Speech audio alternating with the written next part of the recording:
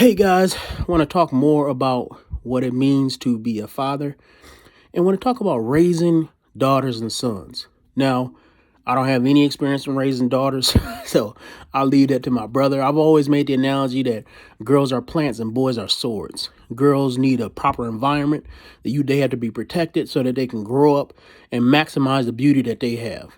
But boys are swords. And the important part of a sword is what material is made out of, whether that material is refined properly, and whether it's honed for the purpose that you built it.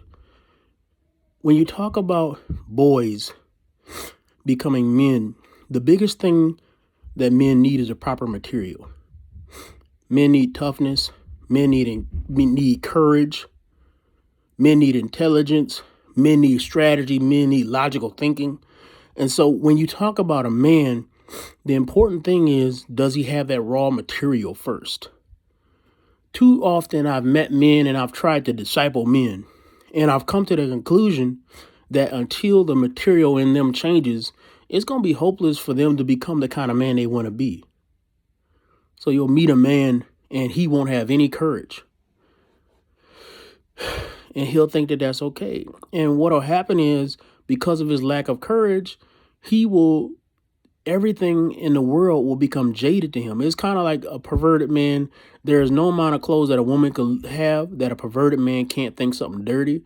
Well, there is no amount of opportunity that a cowardly man will see where he will ever see a chance to seize it. And so a man that doesn't have courage, he can't see opportunity even when it's in front of him. A man that is without optimism, he will see good luck as just a sign that bad luck is right around the corner. And I know you've met people like that. You've met people who they just have no hope in life. They always are saying how bad everything is. If the weather is good, they complaining because they at work. If the weather is bad, oh man, it's terrible out there. There is no situation where they will ever be happy. And what happens is those people don't have the material to be the kind of men that they should be. I've also met men who just lack just the general logical thinking skills, right? They've been raised in emotional households. A lot of times these are men that are raised in single mother households. And what happens is with them, they do not understand that there are guidelines and structures that can't be changed. And the reason for that is because a lot of times in the home, the father will put down a law. And I'll tell you that I do not negotiate with my children. So when I set a rule, it can't be changed. But a lot of times, if I'm in the other room and I hear my children talking to my wife, they're trying to negotiate her out of something, right? They're trying to say, well, can we do this? Can we do that? Can we do this? And she's listening to some of it, right? And some of that just speaks to the fact that in a household, you do need both parts, right? You need the negotiator, which is going to be the mother, and then you need the dictator, which is going to be the father. And I understand that there's a role for both. But the problem is when you only got one, you run out of balance. And a man that is raised with just a negotiator, what happens is he'll go to work and he's late. And then he thinks he could talk himself out of a write-up because at home, he's able to talk himself out of things. He talks to, he doesn't see authority as anything good. The man who's raised up by just women, what will happen a lot of times is he will not understand male authority.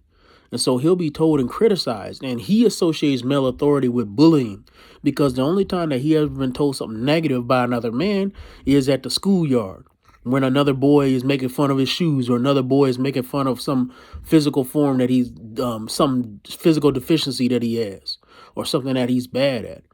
And so he associates male negativity with bullying. And so you can't tell him anything because if you do tell him something, he's being punked, right? And so he lacks the material. And what men in that situation need to do, at first you might think, well, that's a hopeless situation. You 40 years old, you was raised without a mother, you already had those qualities. But here's the thing. If you can go back and understand the core of what is causing your deficiency, you could fix that. And the way you fix it is by understanding and associating with men that love you. And the fix is the church, right?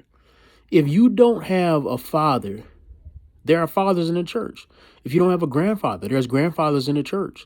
The whole family can be found in the church. And so what God has done is he is given in the church a solution to all society's problems. Back to our main issue that we're talking about, boys being swords. Men need to be honed. And oftentimes what that means is there needs to be a focus. What we need to do as fathers is look at our sons and how they developed. And each one is going to be focused in a different way. They're going to be weapons, but they're going to be aimed at different kind of targets depending on what they're suited to do.